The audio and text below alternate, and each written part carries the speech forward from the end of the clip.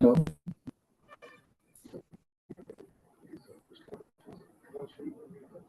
You are live, huh? Okay. I hope.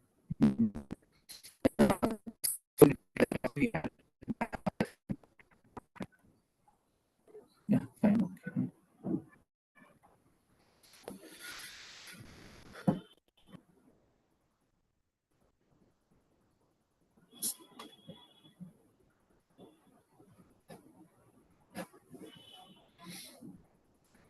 Good evening, friends. Am I audible?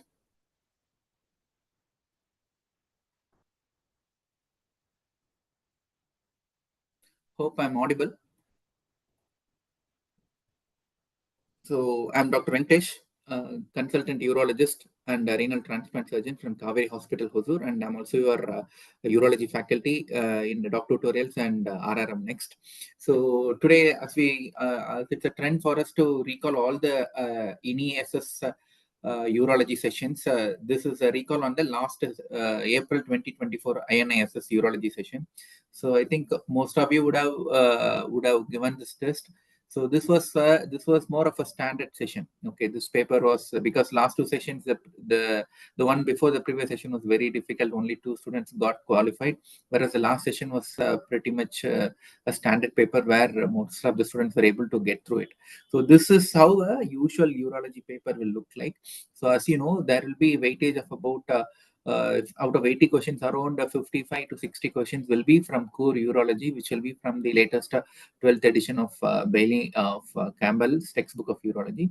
Whereas rest of the around 20 to 25 questions will be from your general surgery, which will be predominantly based on Sabiston and Bailey. Okay, now I'll be focusing only on the only on yeah, urological questions. Around we will discuss around 45 to 50 questions. So before to start this, I'll tell you this taking a recall session is something really difficult session for me because I don't go and sit and write the exams. It is only because of you students who have been very who have been very helpful in helping me to recall the sessions and help me to reframe the questions. There will be some dubious questions because most of these questions are memory based recalls. So you may not have some questions may be dubious. I would like you to add in if I'm missing out something, some options which I'm missing out, especially those who have given the session last year, so that we'll try to make this recall session as close to the original paper which was asked. Okay, so at the outset, I would really like to thank all my students who, because of whose sincere efforts and selfless contribution, this recall would not have been possible. A special mention to my one of my old student, Dr. Vanjinathan, because he really helped me to recall the session and assemble everything. So special thanks to Dr. Vanji as well. So with this note, we will go to the first question. Uh, so the first question, see, I will tell you, see, don't get disturbed by certain questions. There will be definitely about 5 questions which you cannot find a reference from Campbell's textbook. So your ranks are not going to be decided on those five questions, which is really going to be very difficult because those questions will be from the recent papers, from the latest AU 2024 guidelines and stuff. Because it will be very difficult for all the students to answer. So our motive is so that's what with every session I'm just adding on to those extra questions which these people are adding it, so that will help all our students to give an additional edge to them, but uh, I would again stress that don't get disheartened by those difficult questions, because they are not going to be the game changers. Because if you are prepared for it and if you answer them well, then that means you are definitely well ahead. But even if you don't answer those questions, we need not worry about that.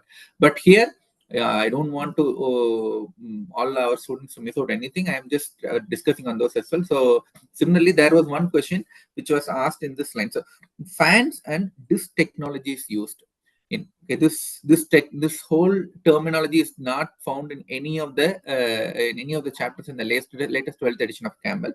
But I will tell you what this is. Fans is nothing but flexible and navigable access sheath. Okay, access sheath. That means, and another one is, this stands for direct, intrascope suctioning. Okay. So nothing. These are the two additional. These are the two additional advantages, or those additional accessories which has been used latestly in the surgery for retrograde intrarenal surgery. Okay. Before that, I will have to touch upon what this is. So this reference goes from. There are multiple papers which has come. Now I have just shared you one paper which has given us about the retrograde intrarenal surgery for lithiasis using suctioning and devices. Okay, so first, before that, I want to emphasize on how RIR surgery is being done. Okay, remember, this is your kidney. Okay, this is your ureters.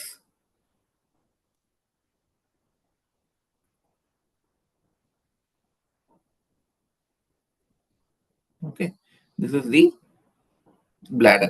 So in usually what we usually do is, like, we place one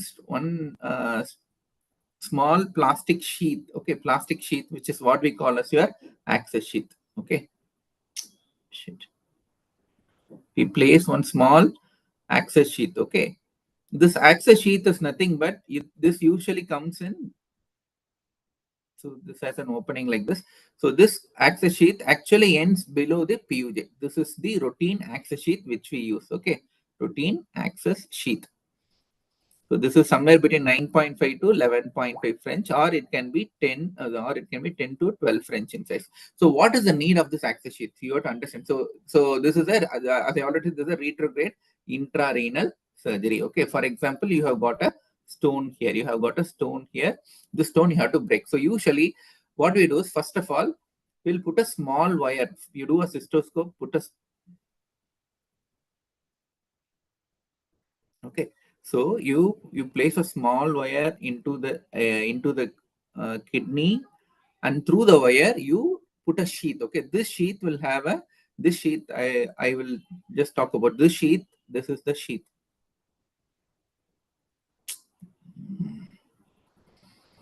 Okay, this is a flexible. This is a sheath. This is a rigid sheath. This rigid sheath one will have one inner shaft. Okay, this is called the obturator of the sheath. This is have a small conical tip which allows the wire to pass through it. So what happens once we put the wire through the wire, we place an access sheath. Okay, first of all, what is the need of an access sheath in an RIRS? That I have to tell, because after the access sheath, what we are going to do next, we are going to insert the fiber optic flexible scope. We are going to this has a deflective mechanism. This scope will go in and will start firing, and then through this we put a laser and we are going to break the stone. Okay, so this is how one retrograde intrarenal surgery, that is RIRS, is being performed. So first of all, you have to understand why an RIRS access sheath is placed. So access sheath is placed because this will help to protect the ureter, because without an access sheath, if you put an ureteroscope directly into the ureter, you're going to traumatize. Okay, because multiple to and from movements are going to be there, so it will help to protect the ureter from the during the intrarenal surgery. Other thing is, since remember, in retrograde intrarenal surgery, you are going to use irrigation. You are going to use irrigation. That is, your irrigation is mainly to distend the system so that you have an adequate vision. So what happens, because of the RARS, with the increase vision, there is always a chance of increase in intrarenal pressure. Okay, that is intrarenal pressure. So what we do in access sheath has one outlet. So what happens, whatever the fluid that goes in, this also comes out through the access sheath. So access sheath actually helps in reducing the intrarenal pressure. Okay, that is one important point. By what happens if the intrarenal pressure keeps on increasing, because there is only inflow and there is no outflow? What is going to happen? Because this fluid will go to distend the pelvic health system, and it is going to cause extravasation. So because of extravasation, there is going to be chance of perinephric infection and perinephric abscess, and subsequently, then there is also increased chance of what is called increased chance of renal sepsis, Okay, and there is also chance of perinephric fluid collection.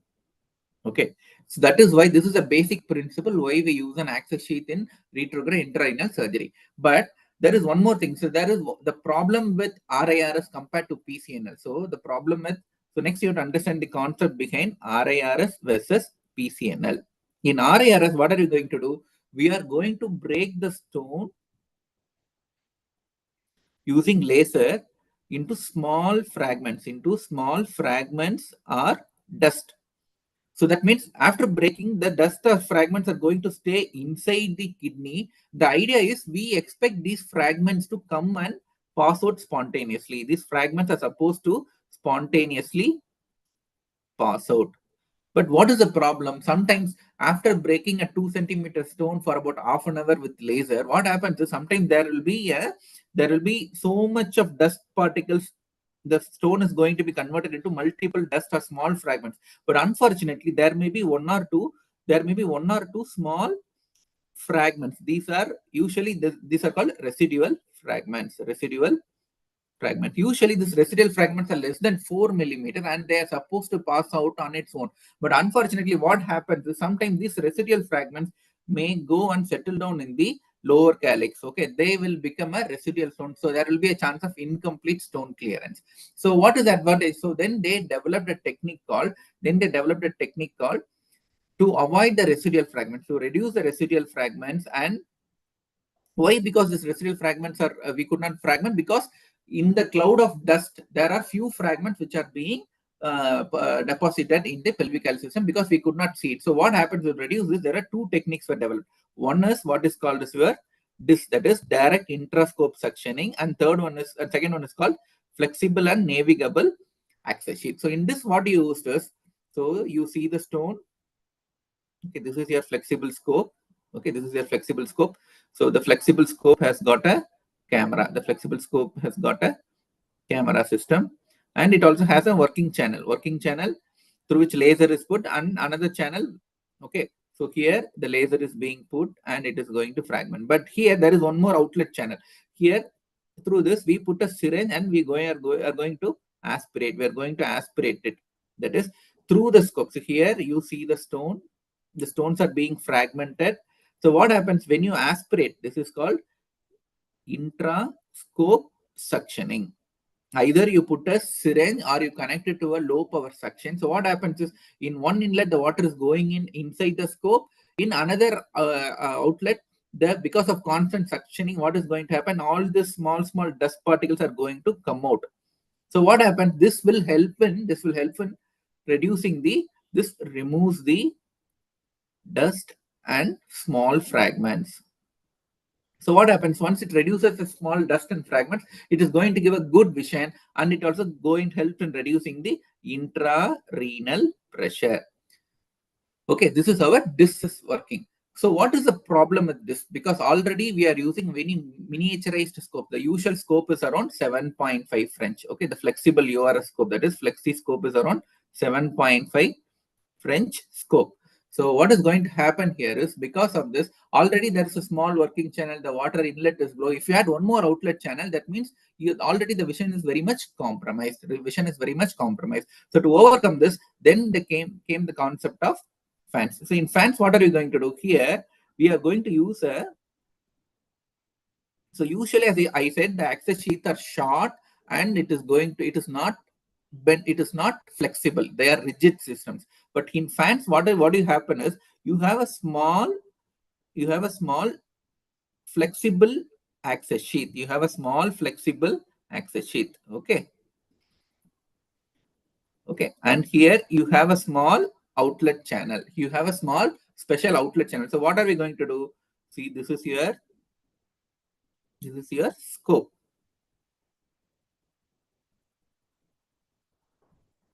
This is your scope. Here, what is going to happen is, this is your kidney.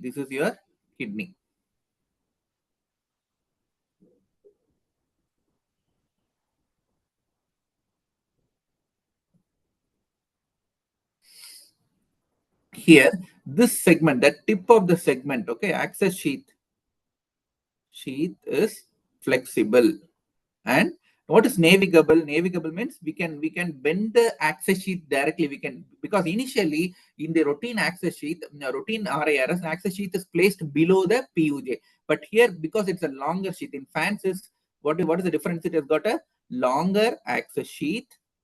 The tip is flexible and bendable. So what happens? You can actually place the access sheet directly into the calyces.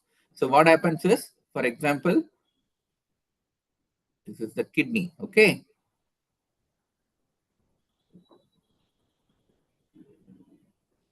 Here, the access sheet itself is bendable. So usually the access sheet stops here, but this is enough fan sheet. This is bendable. This is bendable. So what happens? Even you can take the access sheet directly into the calyces of where the stone is being present. So what happens here? Whatever the dust is present, in through this you have your flexible scope. So you have your flexible scope. The scope is seeing, it is breaking the stone, and this access sheath is going to break the stone, and all the fragments are going to be aspirated through the access teeth. Okay, so the suction happens within the access sheath, but this access sheath is placed very close to the calculus. So this sucks out fragments and helps in giving very good on-table clearance. Okay, this is the concept of this fans and this. I hope you understood this point. Okay, so this is very simple, but even to be frank, I don't expect this to, because it's not given in textbook. I don't expect any of the students who is at the level of general surgery to know about fans and disc technology, because it is being recently be coming out and in the studies for the last couple of years. Okay, so fans and disc technology is used in RIRS. What are the advantages? It reduces the intrarenal pressure and helps in increasing stone clearance. Okay, right. Now we'll go to the next question. Okay. Right. There are so many studies which has compared between the disc and fans technology, but now the fans is going to be going to stay in much better than this, because it does not compromise the lumen of your scope. Okay, because the suction is happening outside the scope in the access sheet. Understand? So next is one more question. This I had some difficulty in finding the references. Okay, which among the following is a thrombin containing hemostatic agent? Okay, so the options are co-seal, Russell, flow seal, and cross seal. So the answer here is flow seal. Okay, so here also there is only a small touch on the hemostatic agents in basic chapters of Campbell's urology. So now remember, why are we very much what is the main role of this hemostatic agents in urology? This comes in very handy when we are doing partial nephrectomies. The partial nephrectomy, what are we going to do? Because here we are going to remove, see, this is the tumor. Okay. So what happens is, once you remove the tumor, nowadays there are so many hemostatic agents are happening which can seal the, once applied to the parenchyma, it can seal the kidney parenchyma and reduce the bleeding, so that the chances of ischemic time to the kidney is less, so that you can save more amount of nephrons. That is why the partial nephrectomy, the hemostatic agents are very important in urology. So since the topic is there on hemostatic agents, I just wanted to help you out with some other brief view of hemostatic agents. Okay, you don't find the references either in there's a small touch about this concept of hemostatic agents in Campbell. I just want to, okay. So we will go into, we'll just study about the different hemostatic agents. Okay, what are hemostatic agents? Okay, these are the group of drugs or substances or materials which helps in achieving a better hemostasis. Better hemostasis, reduce the bleeding. Better hemostasis. So this can be broadly divided into This can be broadly divided into mechanical agents, or it can be active hemostatic agents, or it can be an active hemostatic agents, or the third one is it can be a flowable hemostatic agents. First, try to get to know the or it could be in the form of sealants, or it could be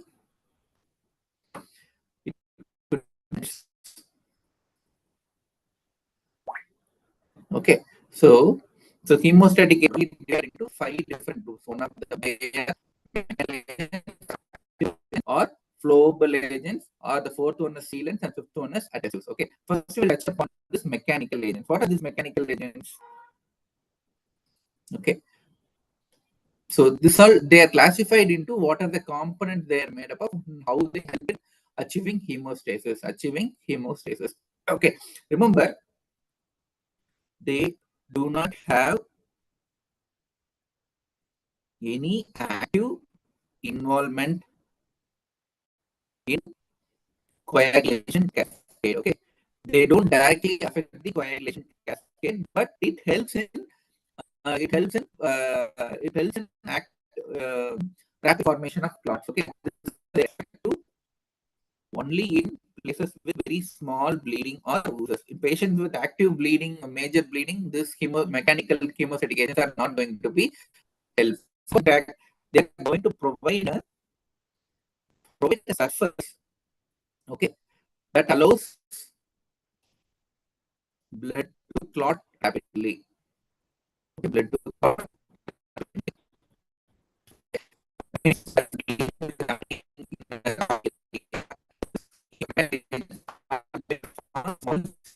Over which the bleeding is going clot and helps in clotting. This is how a mechanical agent can help. Okay, what are the different types of mechanical hemostatic agents which we commonly use?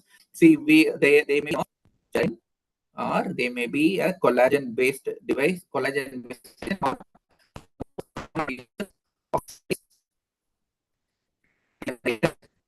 cellulose. Okay, okay, these are the different types of compounds we tend to have. What are this gelatin? So it is a hydrocolloid. It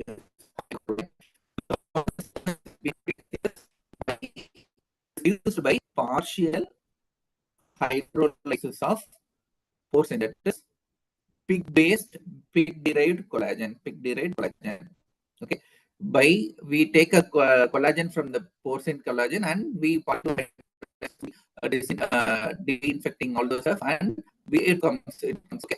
So what happens? It is present in a sponge. It can be in the sponge form, or it can be present in the form of a powder form. So what gelatin mechanical agent? The commonly used, we have almost all of us would have used. Okay, there is a gel foam or surgery foam.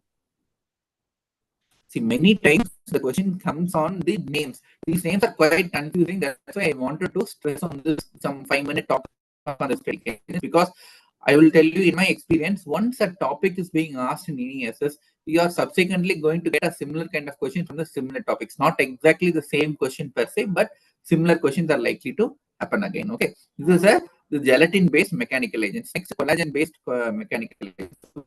Again, it is a collagen which is derived from a porcine. Here, the collagen is derived from bovine agents. Okay, derived from bovine collagen. Again, mechanism is simple. It binds to bleeding area, the bloody surface, and provides a substrate. Provides a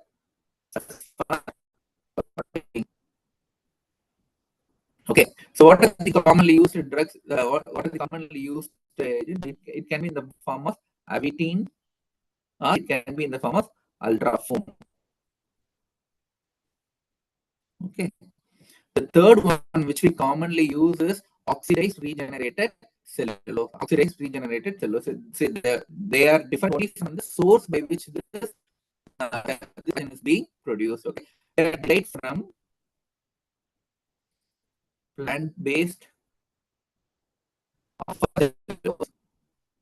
derived from plant-based or for cellulose. Okay, so how do they act in intrinsic pathway of? There are two pathways of coagulation cascade. They don't directly get in, but they promote the or they help in rapid coagulation by increasing the platelet addition and aggregation and degranulation.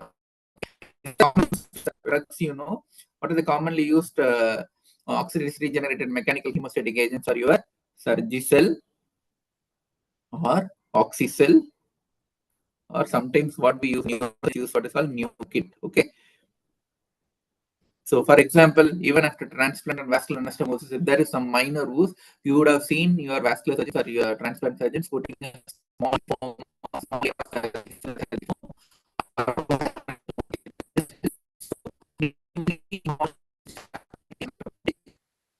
So now we have studied about the mechanical agents. Now we will touch upon the various active hemostatic agents. So what are these active hemostatic agents?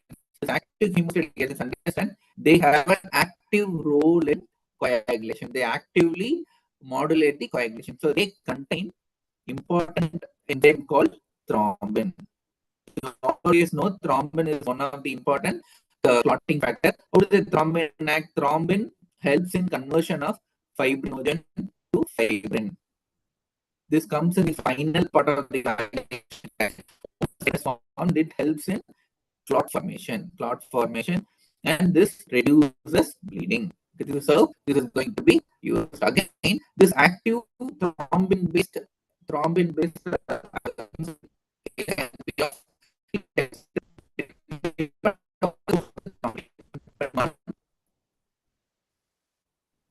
source of this thrombin, it can be divided into three types. Thrombin, JMI. So these are different names. Okay, these are different brands which you get. Other known as Imicom and Plus.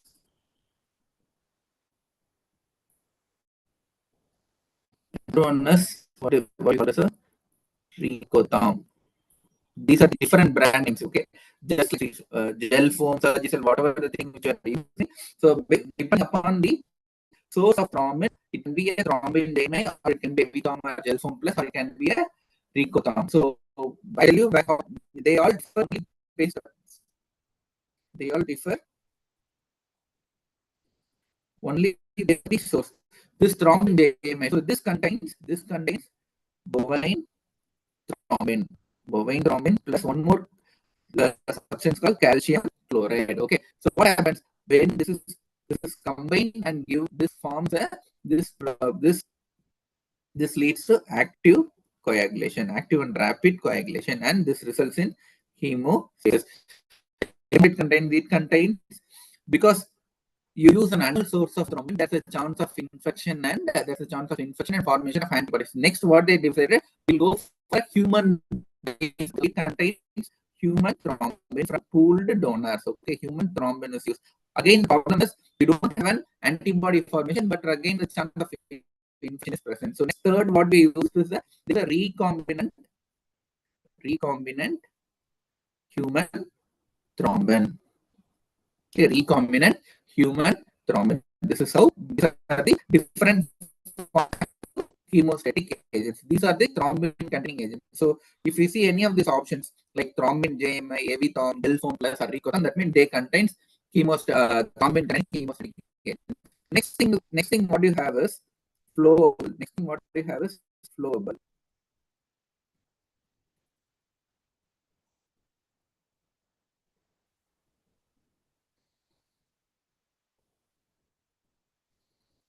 What are these flowable? So here, how do they differ from active thrombin containing agents? Here it is again, it also contains thrombin containing agents. But it is a combination of porcine gelatin. Okay, porcine gelatin plus thrombin. It can be a bovine based or it can be a human-based, or it can be a recombinant thrombin. Okay, so this is supposed to be the most effective chemo present. So again, it can be divided, it can be again subdivided into two forms. It can be a surgiflow, or it can be flow.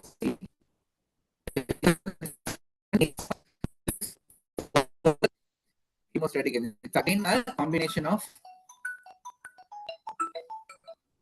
Hello. Yeah, tell me. It's quite only. Okay, what do you have to do now?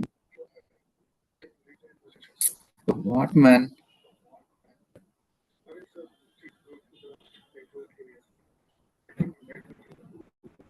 No, no, no, my router is very good. Right.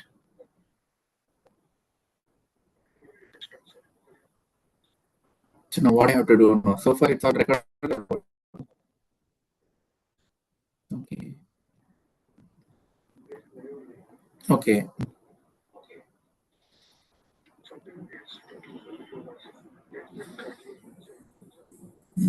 Now what we have to do, Pa? Give me a solution on it now.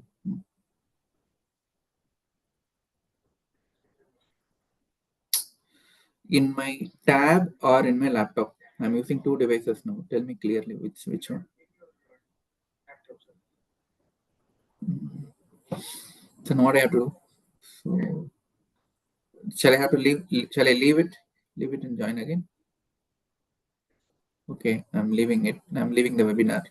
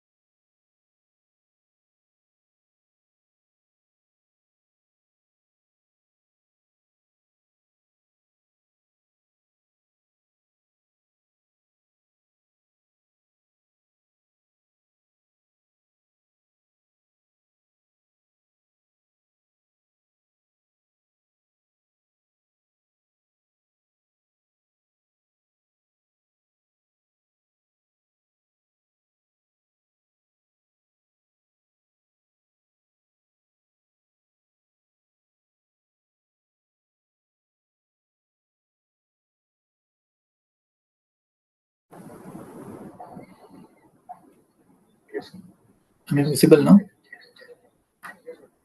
No, I could not see anything. Now previously it was all showing well. Now I could not see anything.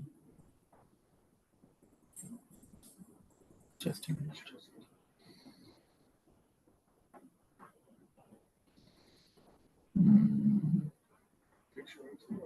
No, it's not showing. Just mark my yeah, video call.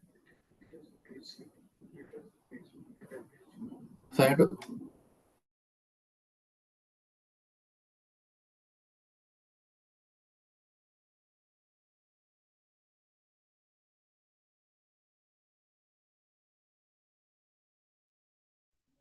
I can see my screen.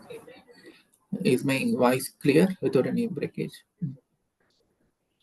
Okay. So now I can continue watching that live in my mobile, right? Okay. Please cut the call. I'll proceed. Shall I proceed now, or shall I have to wait for you?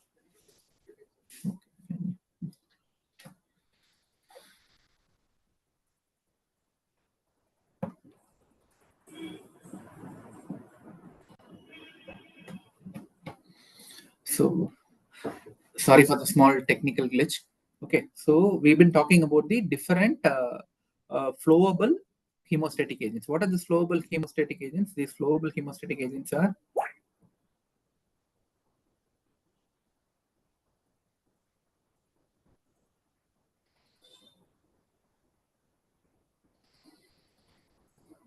Okay.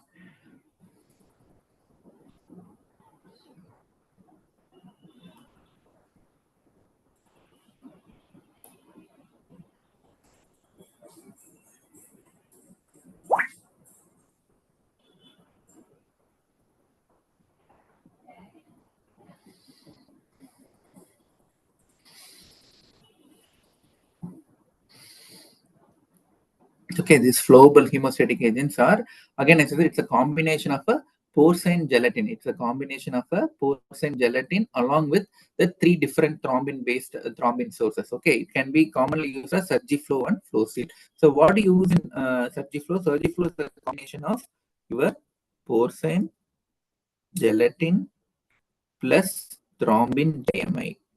So that means we already discussed what thrombin JMI. Thrombin JMI is a combination of bovine thrombin plus calcium chloride. Okay, what is flow seal? Flow seal, it is a combination of porcine gelatin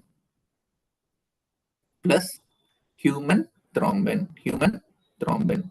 So here what happens is it has very high levels of thrombin. So what happens is thrombin will, as I said, it helps in activation of fibrinogen to fibrin, which is a clot formation. But the problem is this flow seal cannot be used intravascularly because this itself will initiate a coagulation cascade. There's a chance of thromboembolism. Okay, so this cannot be used intravascularly. That is one important thing which you have to take into consideration. You have to take into consideration. Okay.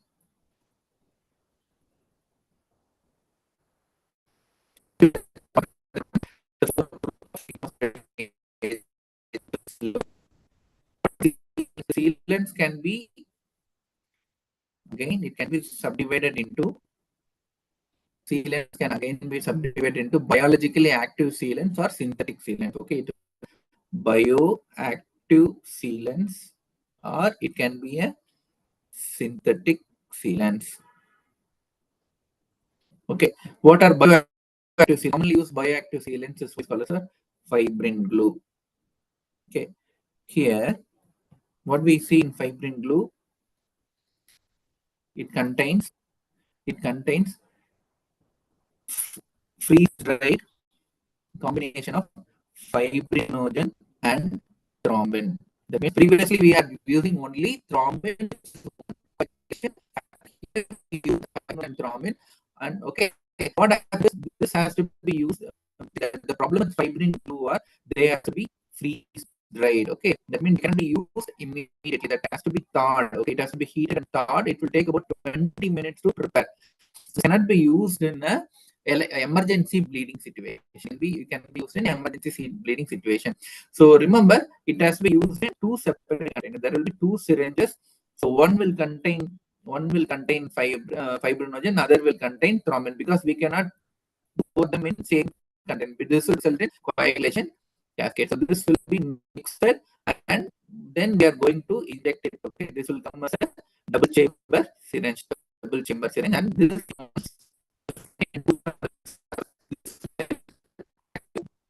clotting mechanism, active clotting mechanism. Okay. So fibrinogen and thrombin, it also have additional factors. It may also have additional contents in the form of clotting factor 13. Okay, clotting factor 13 and a protein. Okay, what is a protein? It is an enzyme which inhibit the enzymes that degrade fibrin clots. Okay. See, you have to remember the physiology that once a clot happen, after some point of time, the clot has to resolve. So there will be some enzymes which will start degrading the fibrin clots. By doing that, this will further enhance clotting formation. Okay. So what are the common fibrin sealants? There are multiple fibrin sealants. The commonly used fibrin sealants are what is okay. These are the brand names. Okay. What is Aerosol? It contains human plasma. It contains a human derived from human plasma. this has to be saved in two separate containers.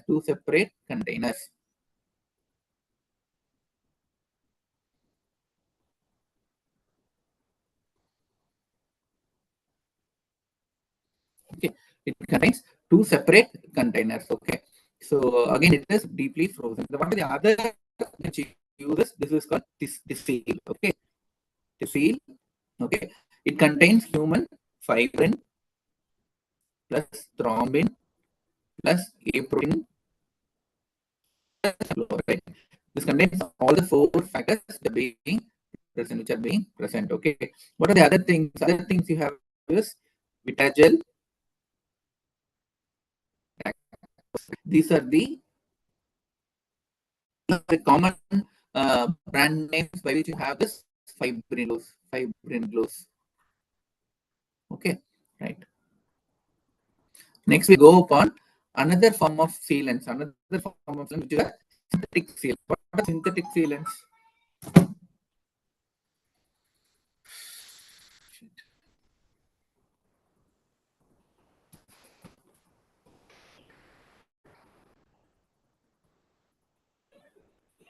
Hello.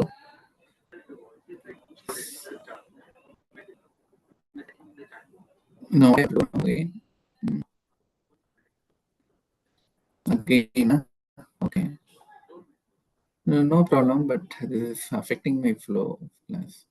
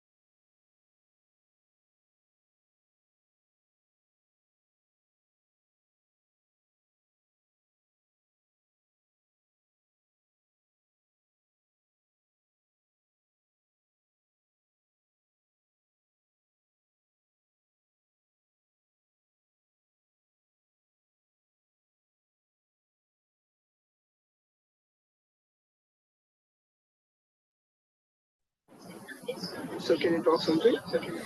Am I audible? Shall I continue? If there is any issue, just call me back. Okay, immediately.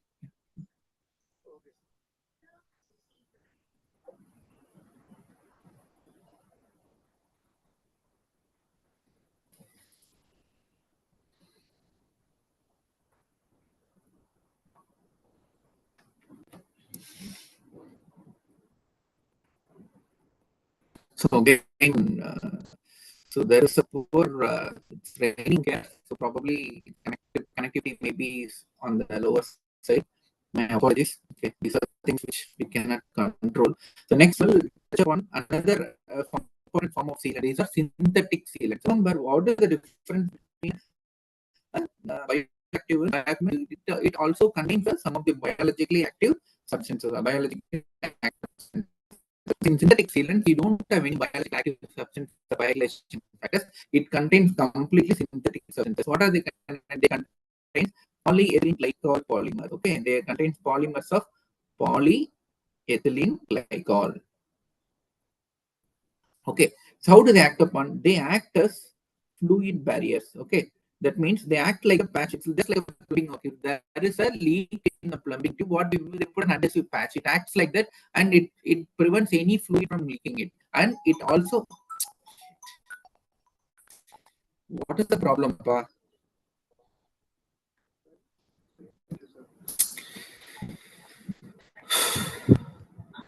So what can I do now?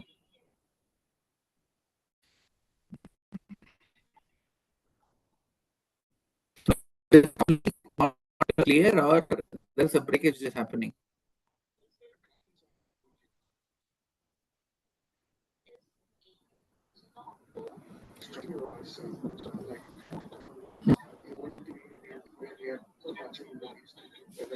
Hmm.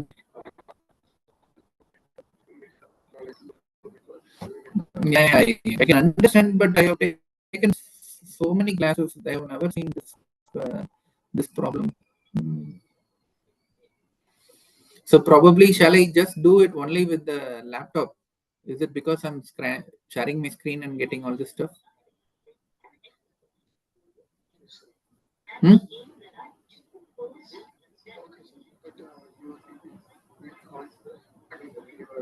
I cannot write and take. That's the problem.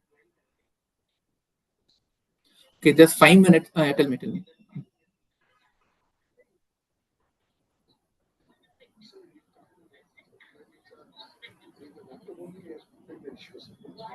The issues with the laptop.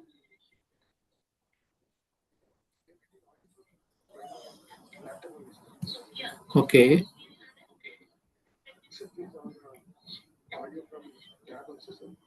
So then there will be echo, no? There will be an echo, no?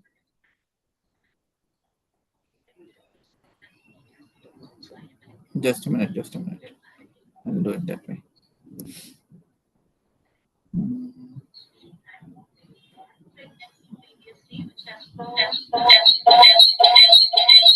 I'll disable the audio from the.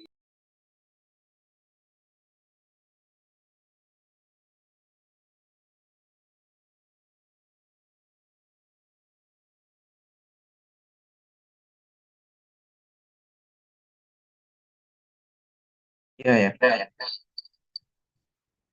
How is it now?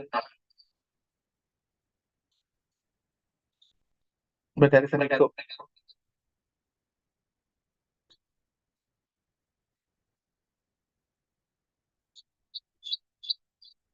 Hmm.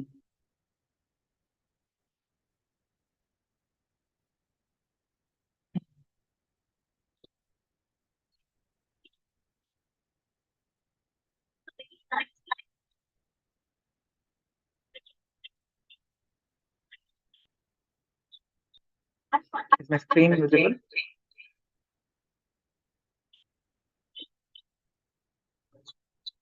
Any crack in the voice?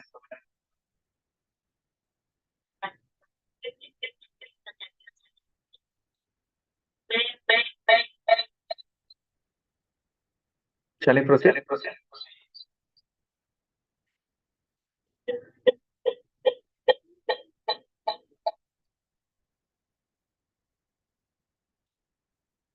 Fine. Okay.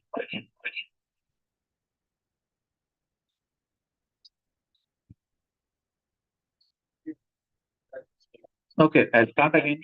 We'll see. If it's not happening, I'll just use the one device, contact device. But I am getting an echo now. If it's not happening, I see.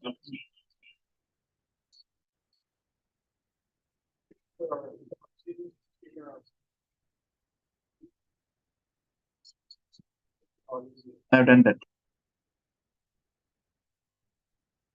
Yeah. Okay. Okay, I'll proceed now.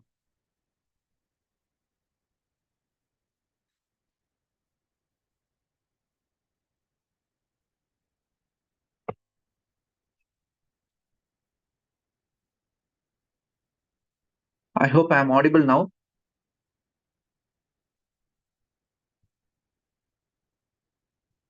So we were talking about the different synthetic sealants. So how do the synthetic sealants differ from your biological sealants? Because they don't contain any biologically active coagulation factors. Okay, they contain polymers of polyethylene glycol. They act as a fluid barrier, which when we apply on the surface of the bleeding surface, they form a adherent, and it also has some hemostatic. It also has some hemostatic activity as well. But what are the different types? What are the different types of synthetic agents you know of? It can be either in the form of co-seal, or it can be Duracell, or it can be Progel. Okay, these are the different synthetic sealants you know of. So what is co-seal? So co-seal, it does not contain either no human or animal protein. So it is completely synthetic. Okay, what do they contain? They contain two polyethylene glycol polymers, two PEG polymers. Okay, so one it contains a hydrochloride solution. The other one is it contains a combination of sodium phosphate and sodium carbonate. Okay, they contains polyethylene polymers of hydrochloric acid and dilute hydrochloric acid and sodium phosphate and sodium carbonate. So when they are combined, they form a hydrogel. Okay, they form a hydrogel on the surface of the bleeding. This results in clot formation. This helps in clot formation. Okay, and how do they help in clot formation? They form an adhesive barrier. They increase platelet adhesion and degranulation. So this results in activation of coagulation cascade indirectly. Okay, coagulation cascade. Okay, so what is the next thing? The next thing is what is called a Duracell. So it again differs only in this combination. It contains a PEG ester, okay, polyethylene glycol ester, along with anti-lysine. I mean, it is again a product. It all depends upon the different chemical components. Okay. Along with that, it has a blue color. It is a blue color. A colorant is added. So what happens? It gives a blue color when you apply it. So this helps in visualizing bleeding. Okay. What is the third one? Third one is a progel. So what does the progel contain? Progel, it is a combination of human albumin. Okay, human albumin plus polyethylene glycol. So remember, all this synthetic sealants has a polyethylene glycol polymer. That depends upon that combination. It can be a co-seal, Duracell, or Progel. So remember, our question came from here. Okay, came from this. Okay, so this was a question which was asked. Flow seal. Flow seal contains thrombin. So which among the following is a thrombin containing hemostatic agent? It is a flow seal. So to have to understand all this stuff, so you have to study all these things. Okay, remember, as I tell, my prediction says subsequently you are going to get more questions from these hemostatic agents, because these are the the recent trending topics in urology. Okay, especially for partial nephrectomies. Finally, we'll touch upon one more small topic. It's adhesives. What are the adhesives? These adhesives they are not hemostatic agents. They are just adjunct to hemostatic agents. Okay. Okay. So they can be in the form of cyanacrylate, or it can be in the form of bioglue. Okay. They are mainly used as a tissue sealant. Okay, for example, it is also called it's called super glue. It helps to close the skin margins. Okay, so just like a stapler, this can be applied this so that it helps approximate the skin margin, and it will help you with wound healing. They are not directly hemostatic agents. Okay, what is bioglue? It is a combination of albumin plus glutaraldehyde. So this is quite an extensive topic. So I have just discussed everything on this. You don't get much of details either in your Sabiston or Bailey or Campbell. That's why I have just given it. So chemostatic agents can be mechanical or active agents, or it can be a combination of mechanical and thrombin containing agents, which can be Sergi flow cell. Then fourth is a sealant, which is the most potent chemostatic agent. Again, it can be a biosynthetic sealants in the form of fibrin glue, or synthetic sealants, it can be in the form of co-seal, Duracell, or Progel. Okay, so we'll come to the topic per se. Okay,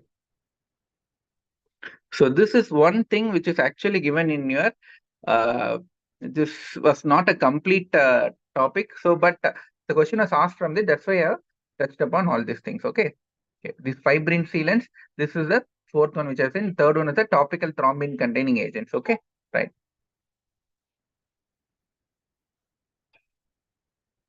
Right. So next is,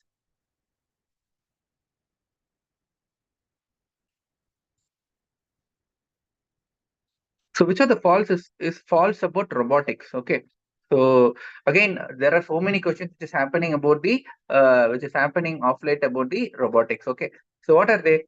So telesurgery is possible these days with current robotic system. So this is a true statement. So nowadays you can even, it is not nowadays, it's done long back. There was a transatlantic robotic cholecystectomy was done using a CS model of robotics. So telesurgery is always possible. 3D imaging technology is available. That is one advantage of robotics. It gives a three-dimensional view to the surgeon, also to the operating team. And current robotic systems work under slave master concept. What is slave master concept? It the master is your console surgeon. Okay, only the console surgeon has a complete control on the robotics. So remember, for example, if you see a Da Vinci, once you have to keep yourself docked inside the console, that which is like operating gear. Once the surgeon moves away from the surgical field, the machine itself stops. There is no action is going to happen. It is a safety mechanism. That means it's a surgeon who is actively doing the surgery. The machines are only replicating the movements of the surgeon. So it is a master slave concept. This is also a true statement. So next thing is, autonomous functioning of robotic system is possible these days. So this is one thing which we are continuously not doing. That there will not be any autonomous functioning of robotic system till date, because it is not viable and it is not a safer option. Okay. So there are few references. This question had a reference from your Sebastian. Okay. So the first robotic, so remember, when it comes to robotic, urology is the one specialty uh, which, hello, அப்புறம் பேசின class இருக்கு.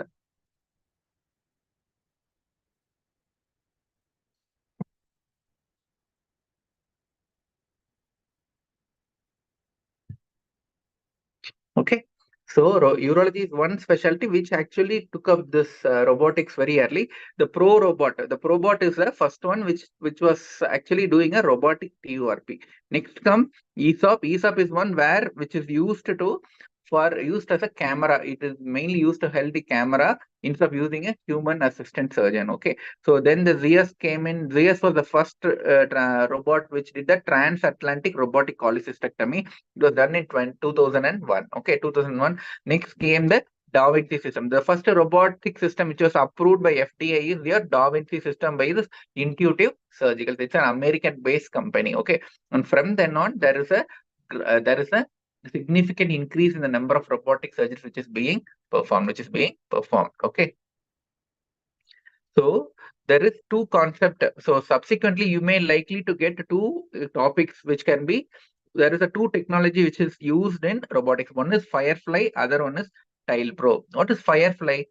Firefly is one technology where you give intravenous intravenous fluorescent contrast. Okay, that means it will show the all vascular structures. Okay, once you put that intravenous fluorescent contrast and you add this Firefly mode, it's nothing but a mode which is visible in your robotic system. It will give us a green color fluorescence wherever the vascular structure is. It gives green color fluorescence. This helps to identify the vascular structures. This helps to identify the lymph nodes and the lymphatic drainage. Next is one technique which is called Tile Pro. So these are nothing but, for example, if you do a laparoscopic camera, there are multiple additional adjuncts you have. You can increase the zoom, you can increase the clarity, and all those. So similarly, these are the pre-programmed things which are being incorporated in the latest DaVinci. What is a Tile Pro? Tile Pro means here we combine during the intraoperative surgery, we are going to feed them with the preoperative imaging. So, for example, you do a CT and you are operating on the patient.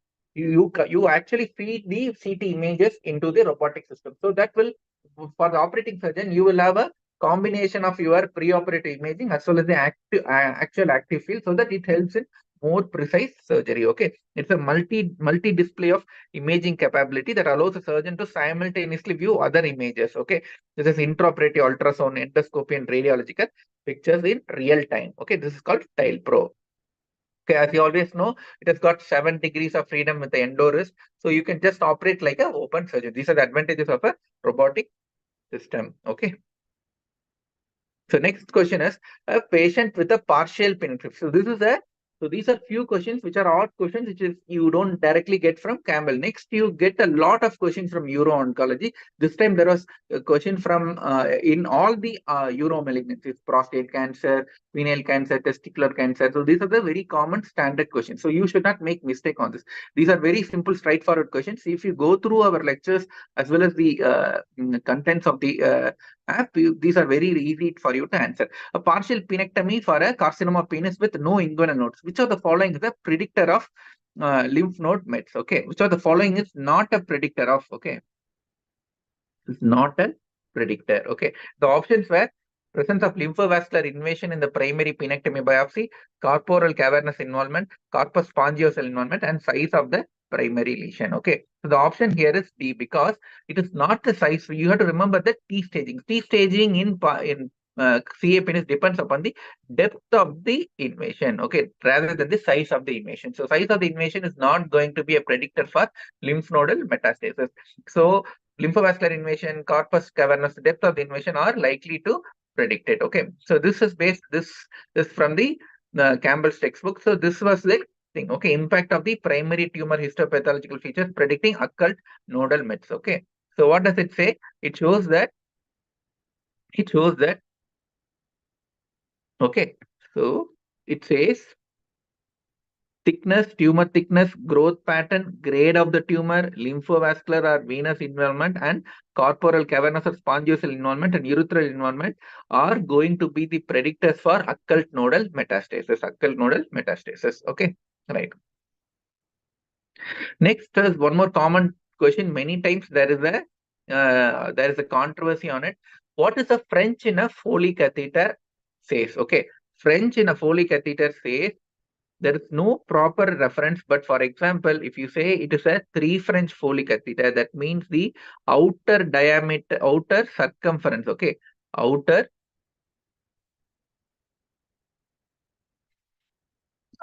circumference of the catheter is in 3 millimeter. If you say it's a 3 French Foley catheter, that outer circumference of the catheter is going to be 3 millimeters. What is the outer circumference of a circle? It is 2 pi r. Okay, that is 3 mm. That means, what does that mean? 2 times this is the radius. Okay, this is the radius. 2 times the radius is going to be our outer diameter. Okay, 2r is which is going to be our outer diameter, and pi is roughly 3.14. Okay, it's equal to 3 millimeter. That means outer diameter is going to be 3 by 3. Okay, that means your French system divided by 3 will give your, that is, it is going to be 1 millimeter. Okay, so usually I personally say French in Foley is going to represent your outer circumference of your catheter in millimeters. Outer circumference of a catheter. There is always a controversy whether to go with outer diameter or outer circumference. But if you have the option of outer circumference, you go for outer circumference, because this French is directly going to represent the outer circumference of the Foley catheter in millimeters. So once with that, you are going to derive the outer diameter. So you go for outer circumference. Okay, right. So this sizing unit describes the diameter of the lumen, but it is actually going to be the outer circumference, where it is an indirect derivative. Okay, right. Next is, so this question is incomplete. I'll just finish off and share it with you. Next, which of the following nerve is not involved in micturition? It could be obturator nerve, pelvic nerve, pudendal nerve, or hypogastric nerve. So most of you which you have watched my lectures, there are three nerves which are going to be involvement. What is the hypogastric nerve, which is from the T11 to T10 to L, thoracolumbar outflow, which is going to be it is going to supply the bladder base and the bladder neck. Okay, this is the hypogastric nerve, is your sympathetic nerve supply. Okay, what happens? This causes bladder base, bladder body relaxation. So through your beta 3 receptors, it also supplies your bladder neck through your alpha receptors, which is going to close your bladder neck. Bladder neck is closed, and the beta 3 receptors on the bladder body is being stimulated. This helps in storage. This helps in storage. So what do you have this pelvic nerve? Pelvic nerve is nothing but it is your parasympathetic nerve to your bladder. So what is this pelvic nerve is going to happen? Pelvic nerve is going to supply your muscarinic receptors on the bladder body. When it is stimulated, it going to cause bladder contraction. Remember, pelvic nerve has no role on bladder neck. Bladder neck, it is not present. Pelvic nerve supplies only the bladder body. Okay, what is this pudendal nerve? Pudendal nerve is nothing but it's a mixer nerve.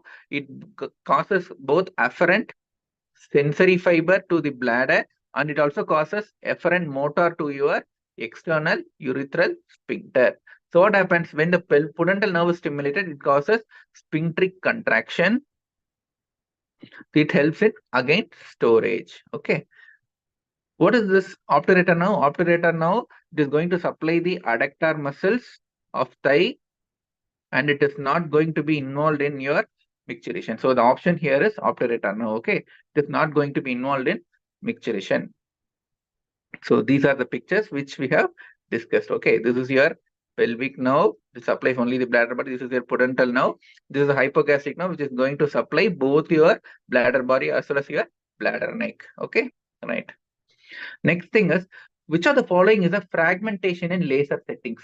Fragmentation in laser settings. So remember, laser, the commonly used laser is your holmium laser. Okay, so this depends upon it. See, laser has got two settings. One is the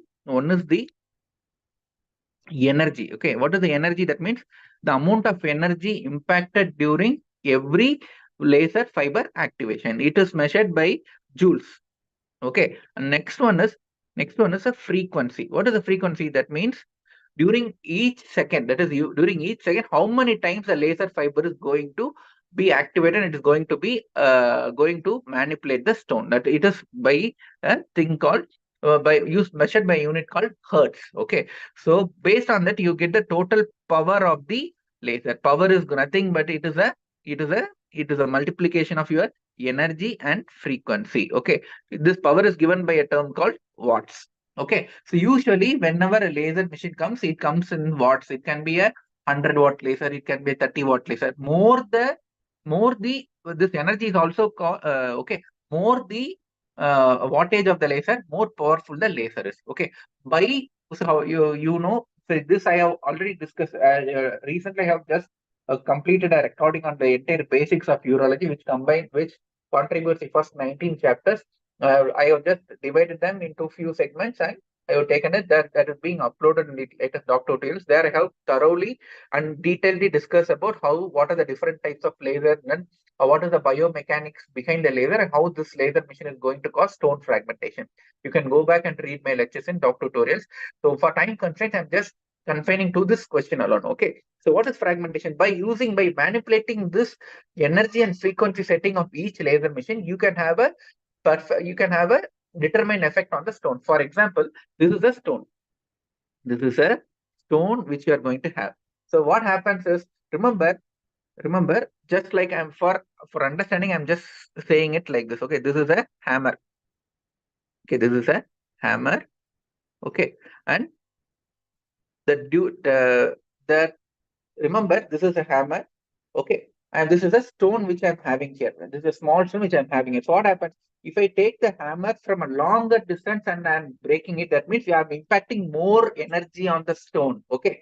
For example, I'm impacting more energy on stone. For example, if I give more energy, that means I cannot give a more frequent energy. It takes more time for me to travel back and come back and hit the stone. What happens if I give more energy? More energy is going to cause the stone is going to break into bigger fragments. It is going to form bigger breakage fragments. Okay, this is called fragmentation.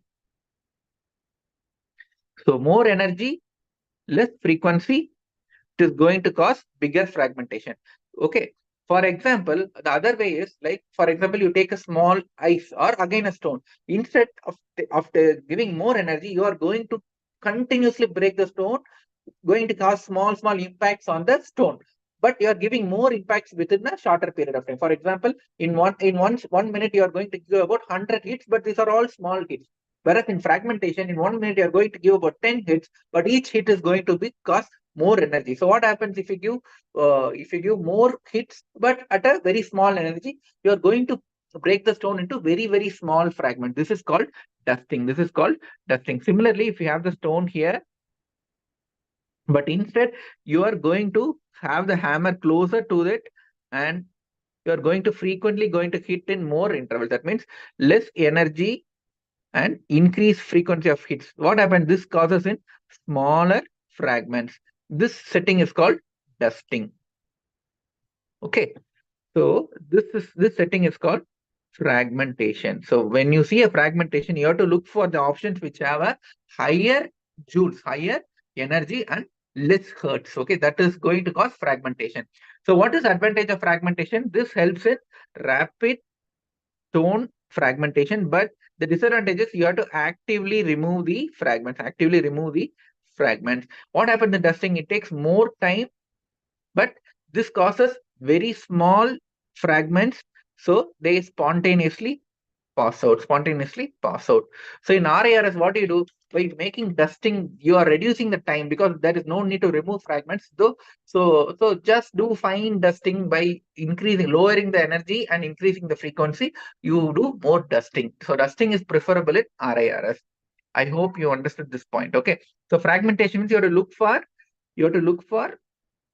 more joules and less frequency. That means, so you usually the initial setting is 0.6 joules and 6 hertz. Okay, that is, it is 3.6 watt laser. Okay, when you multiply to get that watt.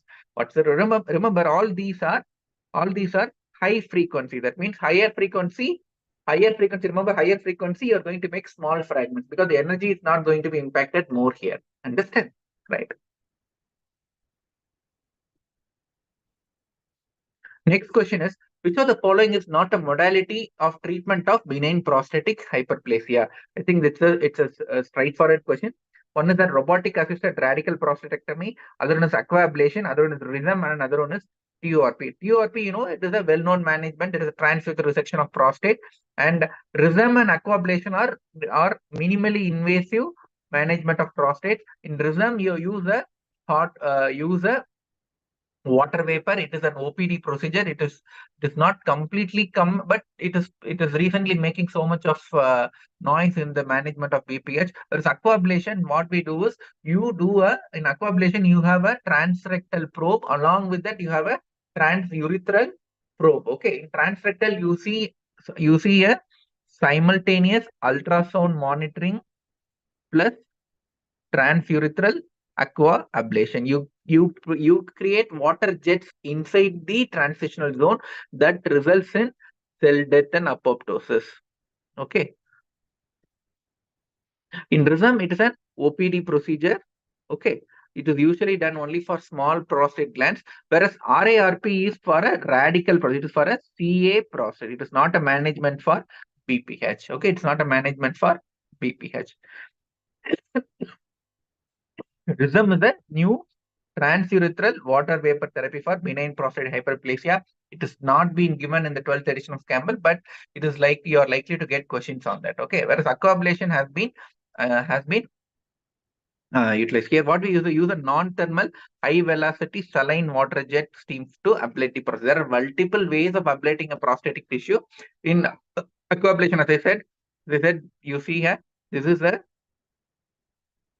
a probe through which you produce this aqua beam. Okay, right. It is more common in UK, European countries.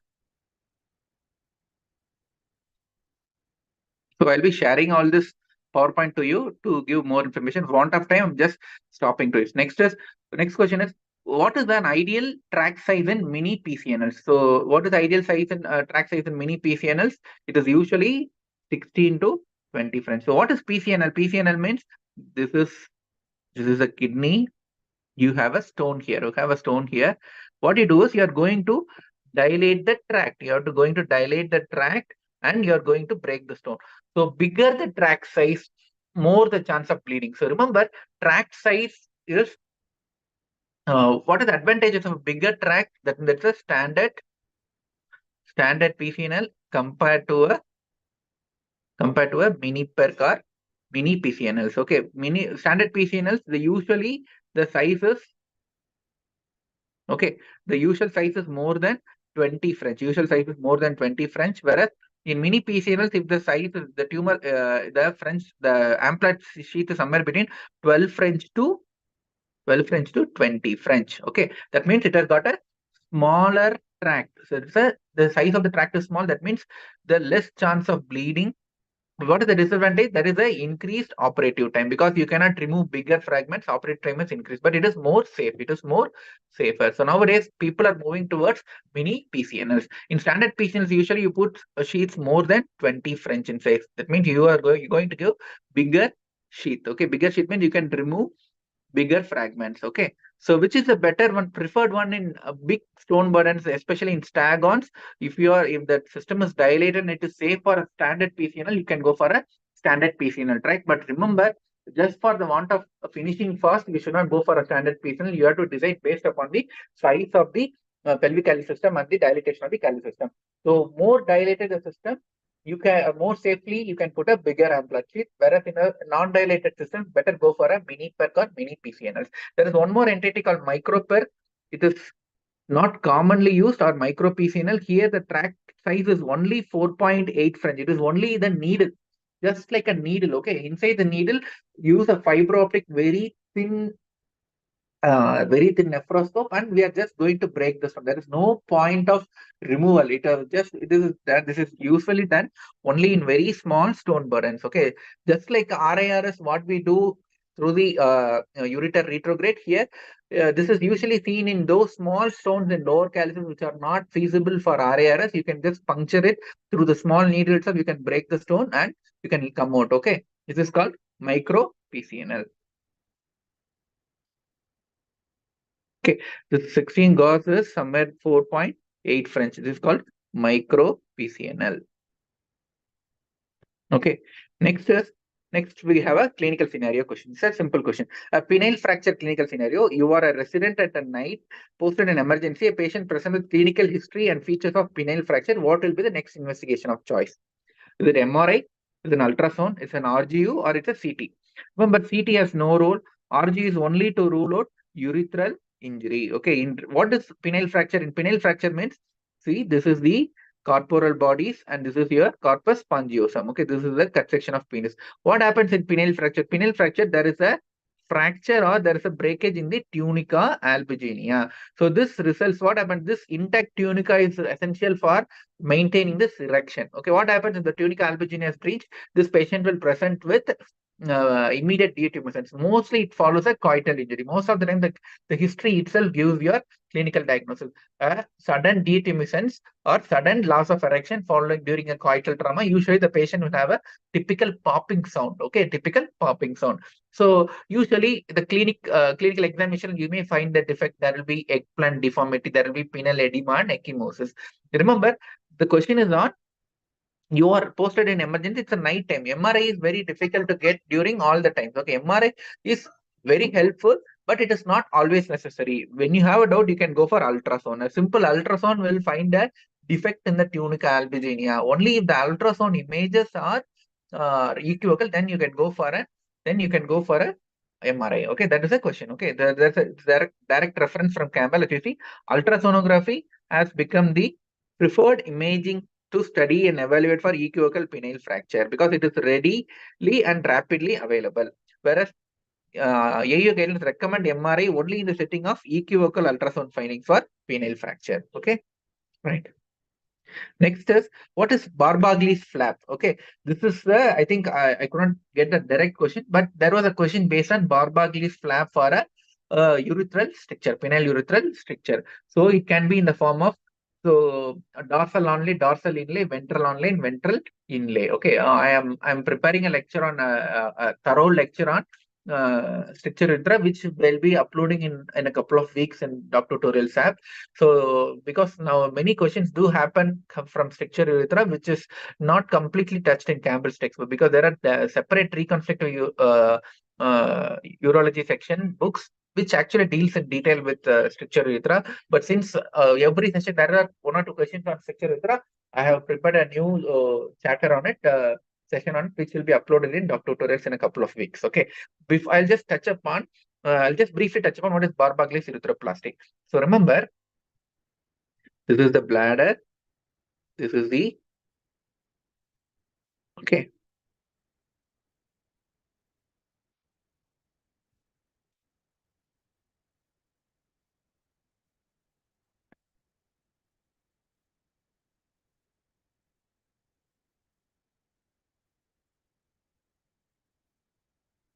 Okay. So this is the,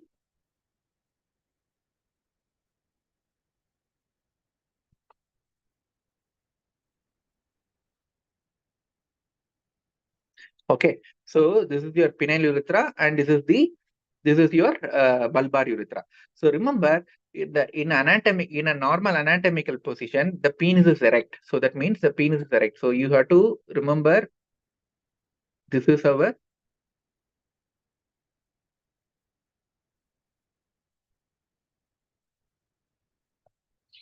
this is the normal anatomical position you have to operate. Okay.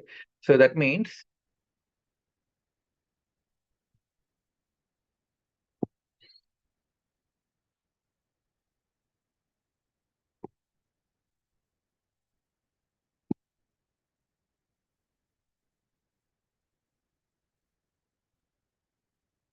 so, for example, if this is the bulbar urethra, this is the bulbar urethra, there are two ways. Okay. So, what happens?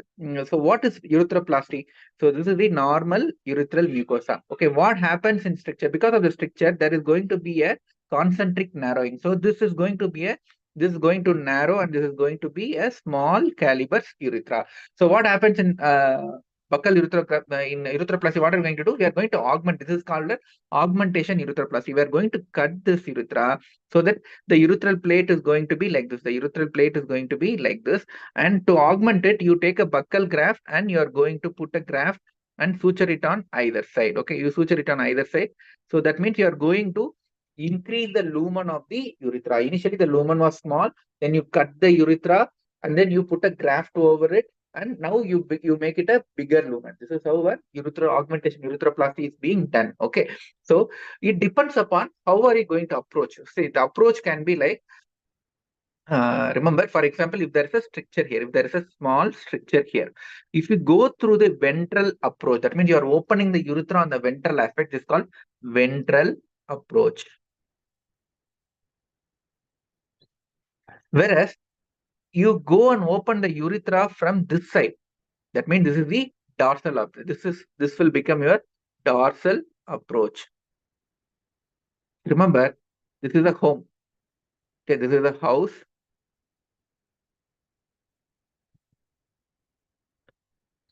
It has a door on this side. It has a back door on this side. You want to go and go into the house. Either you can go from the front. This is a ventral approach, or you can come from back. This is your dorsal approach. Okay, this is the ventral approach. This is your dorsal approach. The whole idea is you have to go into the home. It all house. It depends upon through which way you are going to approach. Okay, this is a ventral approach. Okay, and then where you are going to place the graft. That is the point. That is the point. So, for example, you open the ventral. See, This is the urethra. Okay, this is the penile urethra. You have opened the ventral urethra like this. You have cut open. This is the stricture segment. Okay, this is the ventral approach. I'm just talking about. If you just put a patch, on the ventral aspect, okay, on the ventral aspect of the urethra, this is called ventral onlay. This is called ventral onlay. You open the urethra, put a patch over it. So this is the urethra. Okay. So I'm just telling you. So remember, this is the diseased urethra. Okay. You have opened here. So what happened after opening here? The urethra becomes like this. Okay. And you are putting a patch on the ventral aspect. You are putting a patch on the ventral aspect. This is called ventral onlay. Okay, remember this lay depends upon where the graft is going to sit. The approach depends on where you are going to open the urethra. So don't get confused with that fact. This is called ventral onlay. So similarly, what happens is you can do one more thing. You can do one more thing. What you are do again? This is called one approach. The other approach is again you are opening the urethra on the ventral aspect. But what are you going to do here? Okay, you have opened the urethra like this. You are going to incise here. You are going to incise the dorsal aspect. So what happened? You have incised the dorsal aspect and you have put a graft on the dorsal aspect of the urethra, and you are going to suture the part where the urethra you cut through the open. This is called dorsal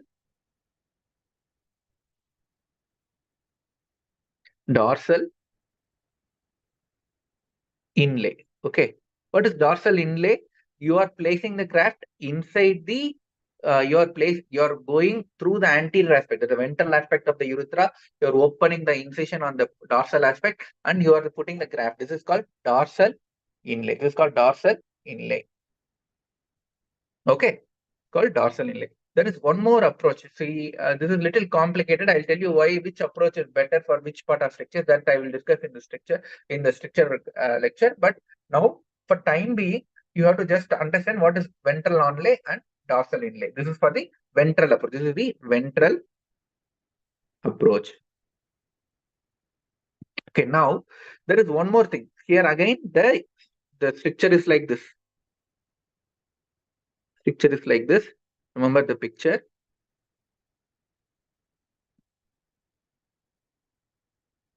Here, this is your penis. Here, what are you going to do? You are going to approach through this part. Approach to this part. Okay, what is this part? This is the dorsal approach. This is called a dorsal approach.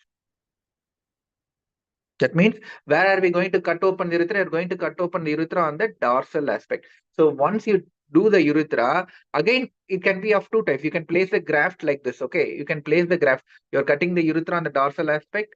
Okay, and you're going to put a graft on this side. This is called dorsal onlay. Okay. Similarly, there is one more option. After cutting through this, you have the two urethra like this. Okay, and you are going to make an incision on the ventral aspect. You are going from the back door. You are opening on the ventral aspect, and what happens is you are going to place one graft here.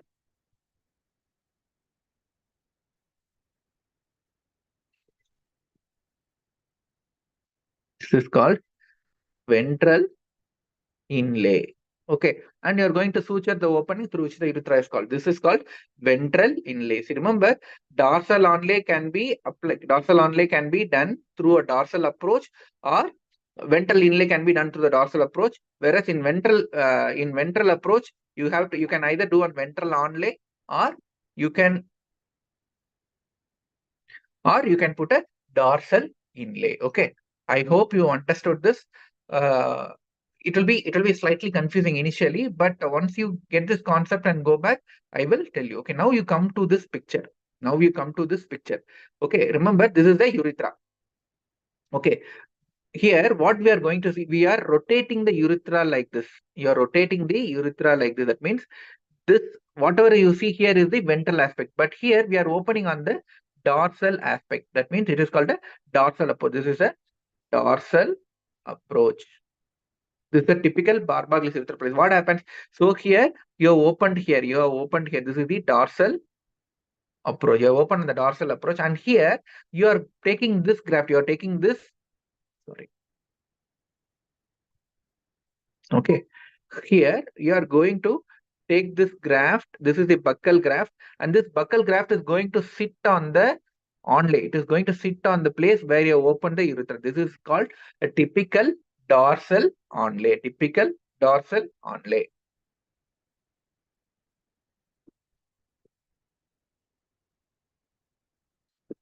Okay, this is called Barbaglio's dorsal onlay buccal graft urethroplasty. Okay.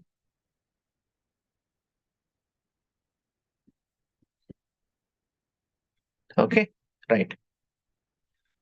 So I will just discuss on other. There's already one lecture on stricture urethra, but I will just discuss them other things also. Okay. Next is then urolift procedure. What is urolift procedure? These are the again one of the minimally invasive surgical options for BPH. Here, what you do is here this is used for this for BPH. Okay. Already late. Here, what we do is this is nothing but putting two pins and pulling the adenoma apart, pulling the adenoma apart. So here it is obstructive. What are we going to do is, this is an obstructive gland. Okay, here we go there. We are going to put a pin from this side and we are going to track the gland on either side. Okay, this is called prostatic lift. Okay, prostatic uro lift. It is an OPD procedure. It is done in patients who are very comorbid, who present with retention, who is not fit for any your TORPs or polyps or any procedure.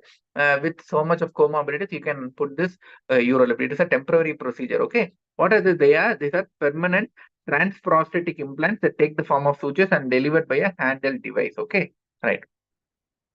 They just keep the opposing adenoma glands apart. Okay, opposing adenoma glands apart. Okay, and use a temporary relief. Which drug does not target the VEGF directly? This is a simple, straightforward question. It is vascular endothelial growth factor. These are pazopanib and axitinib. These are platelet derived. Sorry, VEGF receptor antagonist. This bevacizumab is a monoclonal antibody, directly acts against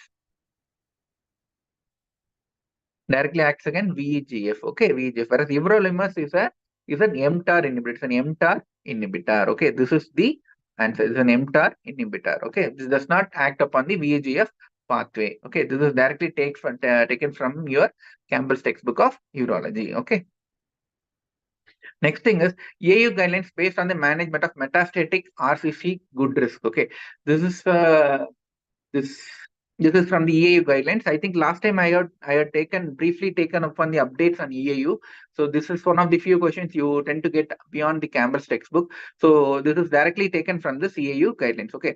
So remember, this has not been completely incorporated in Campbell's textbook, but maybe in the subsequent edition you are likely to get. So the standard of care for IMDC favorable risk factor. Again, if there are favorable risk factors which presents upon the platelet count, WBC count, presence of previous tyrosine kinase inhibitor therapy or not, there are 5 to 6 factors. On favorable group, the standard of care is the combination of pembrolizumab and axitinib, or it can be combination of pembrolizumab or livatinib. Okay, this is the standard of care. Whereas for intermediate poor risk patients, you have to give nivolumab or cabazitaxel, pembrolizumab or axitinib. Okay, or you have to go for, what are these pembrolizumab? They are your programmed death ligand receptor inhibitors. Understand? Right. Next thing is a clinical scenario. So a clinical scenario of a stone being managed with shockwave lithotripsy. On postoperative day 2, patient complains of fever with increased total counts. Ultrasound shows mild hydroerythronephrosis. What is the next step? So that means this is a patient who had underwent a extracorporeal shockwave lithotripsy. And after that, what is happening? This patient develops with loin pain, fever, and there is a hydronephrosis. That means there is some stasis happening, and because of the stasis, the patient developed infection. That means it's an infected system, probably because of one of the stone which is blocking the ureteric passage. Okay, this is a stone fragment blocking ureteric passage. So what is the option here? You should not go and do a stone breakage, because it will time consuming because already infected. Here you have to do to relieve the pressure inside the collecting system. You have to decompress the system. The options are that there are two options. One, you can go for a retrograde double J stenting, or you can go for a PCN. So advantage, each has its own advantage and disadvantage. Advantage of PCN is it's a bedside procedure. You can do even in patients who are not fit for any anesthesia, whereas DJ stenting is more comfortable to the patient but needs some kind of an anesthesia. If the question says the patient is very sick, then you have to go for PCN. Okay, PCN. If this is a dubious question, I think we are missing some part of the question here. But remember, the patient in sepsis, there is no role for conservative management with antibiotics. You can't expect the stone to come back spontaneously because the patient is already running fever and having sepsis. So this is not the right option. Okay. So retrograde urethrogram. So there is no need for retrograde urethrogram. Maybe retrograde pyelogram. RGP can be done and DJ stenting. But remember, in infected system, what you do in RGP, you instill contrast. When already there is some infection, you should not increase the pressure. It is going to worsen the sepsis. So here just put a stent and come out. Again, that can be a false statement. PCNL, obviously, we are not going to do PCNL in an infected system. The only option, viable option looks like is that percutaneous nephrostomy. Okay, right. Next is a 2 centimeter upper restriction. Which of the following is not a modality? So remember, this is a kidney and you got a big stone in the upper ureter. Okay, so which of the following is not the ideal option? So here the options are either you can go for an RIRS or ureteroscopy. Ureteroscopy also includes your RIRS.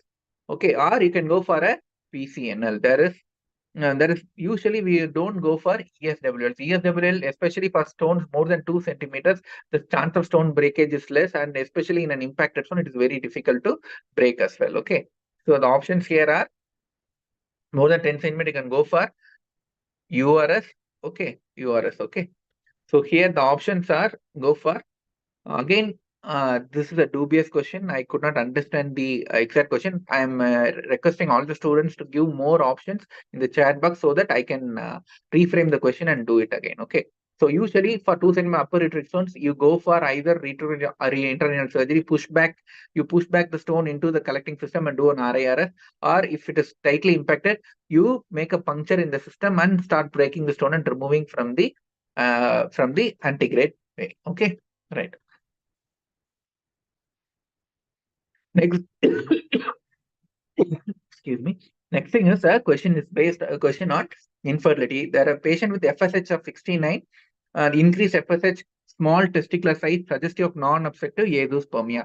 So whenever a non-obstructive azoospermia or the count is less than 5 million per ml, you have to always go for a gene testing and karyotyping. Okay, gene testing and karyotyping. Okay, especially in a case of a non-obstructive azoospermia. That means the patient may have a variant of your Klinefelter syndrome or Turner syndrome. Okay, right. So this is directly taken from Campbell's textbook of urology. There is one chart, and this also EA guidelines also supports this. Offer standard karyotyping and genetic counseling in all men with azoospermia and oligospermia, especially if the count is less than 5 million per ml. Okay. Next is a question on a 72-year-old male with a PSA of 6.5. 4 cores are positive. That is, out of 12 cores, 4 cores are positive, and each core only 20% of score is positive, and it is a grade 1. Which of the following is an appropriate management? Remember, it is a 72-year-old male. So here it comes under very low or low risk disease because the PSA is less than 10. It is Gleason grade 1, and the cores are less than 50% positive. Only 4 out of 12 cores are positive. That means you already have an elderly male. So you have to look into about longevity. I don't know whether the question also gave about the longevity, but given the fact that this is a very old, frail man who may not be beneficial with either active surveillance or radical prostatectomy, you can put the patient on watchful waiting or observation. Okay. As you see here, if the age life expectancy less than 10 years, you can put the patient on observation. If it is more than 10 years, then the active surveillance is the treatment of option for this patient. Okay, so since it's an old patient, I'm taking it like this patient may not have a life expectancy more than 10 years, so we go for observation. Understand? Right. So next is one of the question. which is making so much of noise in the surgical field is which of the following is a robot which is made in India? It is called SSI Mantra. Okay, SSI Mantra. So other, Da Vinci is by Intuitive Surgical, Hugo is by Medtronics, and Vesius is by CMR. These are all foreign countries. The one thing which is making noise in the Indian surgical field is an SSI Mantra. Okay, it was developed by Dr. Srivatsa. He is a Delhi-based surgeon. Okay, the SSI Mantra is India's own surgical robot. Okay, so here the difference between SSI Mantra and Da Vinci is an open console. And remember, each arm has a separate tower. Each arm has got a separate tower. Whereas in Da Vinci, all the arms have a single tower through which it comes. Here, each arm has got a separate tower. Okay. So this is a small collection of different robotic systems here. So the first and forerunner is Intuitive Surgical, which gives you a Da Vinci. Next comes your CMR Surgical, which is Versailles. Next thing is Medtronic, which comes with Hugo. Okay, Hugo. Just get to know about this. This is he is the founder. He is Dr. Sudhir Prem Srivatsa. Okay, it's called SSI Mantra. So identify the image. This image, I think, image similar to this being given. So it has got a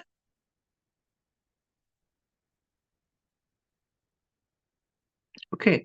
So it has got a small silicon-based long tube which is being. This is called a Shaw-Spinel process. It is not a three-part process. It is just a malleable Shaw-Spinel process. How are we going to do?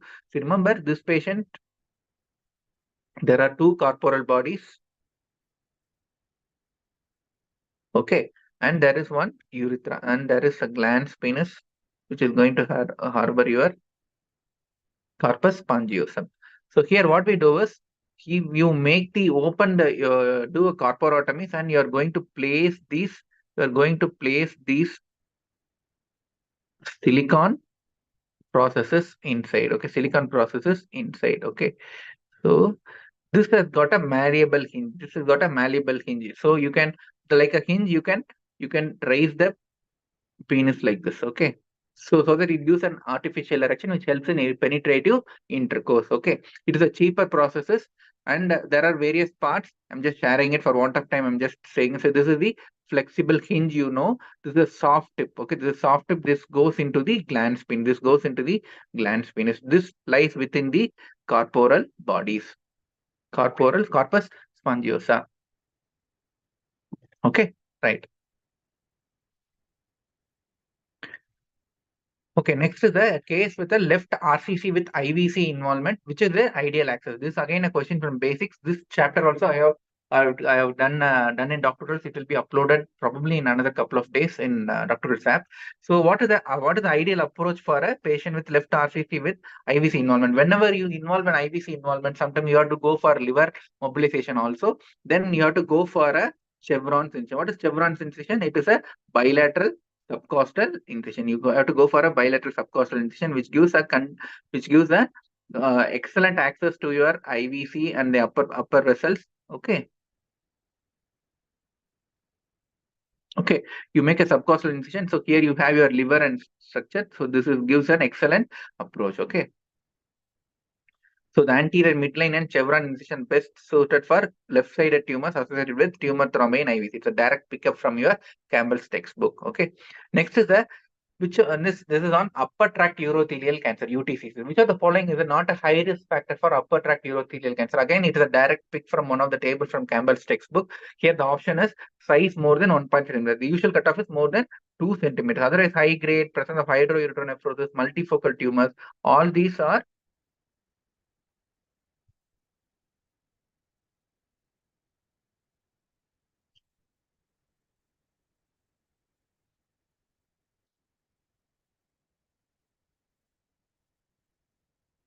okay. So this is the wrong option. Okay, it is more than 2 centimeters. All others are typically for high risk factors. So you see here, the high risk factors for urothelial carcinomas are hydronephrosis, tumor size more than 2 centimeters, high grade cytology, multifocal disease, previous radical cystectomy and bladder cancer, and varied histology. If you go for high risk, you have to go for nephroureterectomy with bladder cuff excision. Okay, whereas in low risk you can go for distal ureterectomy, or you can go for nephron sparing surgeries. This is very, very important. Okay. Next thing is, which of the following is incorrect regarding PARP inhibitor? So again, this is again taken from prostate cancer. Okay, it involves DNA repair pathway. Tezoparib is useful in prostate cancer. It is useful in testicular carcinoma. No, it is not useful in testicular carcinoma. It is useful in patients with BRCA mutations. Okay, this is again a question which is directly picked from your Campbell's textbook. Okay, so if you see what is PARP, it is a poly-ADP ribose polymerase inhibitors. Okay, these, see, remember what is this enzyme? These are the enzymes which are going to repair the DNA DNA repair. DNA, it is one of the DNA repair genes. So what happens in cancer cells? There are going to be rapid proliferation. The DNA repairs are going to happen more naturally. The normal human body is, whenever there's a DNA repair during DNA multiplication, some repair is there. The normal there are repair mechanisms which is going to help the repair the DNA so that the cell becomes viable. By actively inhibiting those DNA repair poly-ADP ribose polymerase inhibitors, we are what are going to do? It is not going to repair itself. So the cell goes for a natural cell death. That means we are going to reduce the cancer cell proliferation. Okay, this is particularly effective in ovarian breast cancers harboring germline or somatic mutation, especially your BRCA1 and BRCA2 mutations. Okay, remember it is useful in advanced prostate cancer. The common drugs are rucaparib, niraparib, and talazoparib. Okay, talazoparib. Okay, and the common drug which we use is your olaparib. Okay, right. So it is used in advanced prostate cancer. Next question is, what is the best impact factor? Which among the following has got the best impact factor in urology? It's either Journal of Urology, World Journal of Urology, European Journal of Urology. So the answer here is European Journal of Urology. Okay. So what is the impact factor? That means, so for example, when you do any publication, the next thing is there are so many online journals you can publish anything. So are they going to be helpful? The impact journal means number of references which each publication takes from this particular factor. So what is impact factor? It is to evaluate the relative importance of the journal within its field and measure the frequency with which an average article in a journal has been cited in a particular period. How is it being calculated? It is calculated by dividing the number of times the articles were cited by the number of articles that are citable. For example, you publish an article on BPH. Okay, BPH. So whenever you publish an article, you are going to give so much of cross references and reference articles. So if the references are coming in from particular journal, for example, European journal, most of the articles from prostate have got so much of citation from the journal, from the article which is presented, which is done in your European Journal of Urology. That means it has got high impact factor. So how it is being calculated? It's calculated by a formula. For last 2 years, out of how many so for example, A is the number of times the article is being published in 2 years. Okay, and B is the total number of citable items. So for example, if there are 100 possible publications, and out of the 100 possible publications, about some 50 times your article is being published, the impact factor is going to be 0.5. Okay, that means it is going to be a good impact factor. Okay, so this is not directly related, but since it's been asked, I just want to touch upon it. So higher the impact factor, it tells that your particular journal is very good. Okay, and next question is, patient with seminoma with pulmonary metastasis, chemotherapy is given, post chemotherapy retroperitoneal lymph node, the size is 2.5 centimeter. What is the next step? Again, this is a direct pick. I have multiple times it has been asked. It is about the seminoma post chemotherapy residues. Remember, seminomas respond very well to chemotherapy. So, and remember, post chemotherapy surgery in seminomas are very, very difficult. You have to be very, very selective. Here is the role you go for your FDG PET, okay, for residual tumors. If there is a residual tumor of more than 3 centimeters, only then you have to go for FDG PET. If it is less than 3 centimeters, most likely it is a non-viable tumor, then it could be only necrotic mass, then you can just observe it, okay. Here the mass smaller than 3 centimeters should be observed. So here you have to observe the patient. There is no role for PET scan. If it is more than 3 centimeters, then you do a PET scan. If it shows activity, then you go for your post chemotherapy surgery in post seminoma retroperitoneal nodes. Okay, otherwise you can just observe it. Next thing is PSMA is tagged with, it's a simple straight organization, it's gallium 68. Gallium 68. What is PSMA PET scan? It is a prostate specific membrane antigen. It is the most commonly used PET CT for metastatic evaluation in advanced carcinoma prostate. Intravesical mitomycin temperature. So remember, as you see, there are so much of questions from uro-oncology. Okay, what is intravesical? So we always know intravesical mitomycin is given for, it is one of the form of intravesical chemotherapy where you reduce the chance of recurrences. Okay, for relapses. Remember, intravesical mitomycin does not reduce progression; it will produce only the recurrences. Okay, why do we have to increase the temperature? Because by increasing the temperature, that means by giving hot fluids inside the bladder, we are causing local urothelial inflammation. That means during inflamed cells, there is increased vascularity. The chance of mitomycin uptake is more. So the mitomycin is going to have a better effect on these cells. That is why it is one of the variation of intravesical mitomycin therapy. If you increase the temperature to 42 degrees Celsius, that means the efficacy of mitomycin is going to be better. Okay. So this is one of the, it is called hyperthermic intravesical chemotherapy. High work. Okay. Your mitomycin is, bladder is initially heated to 42 degrees Celsius and it is instilled into the bladder. Okay. Right.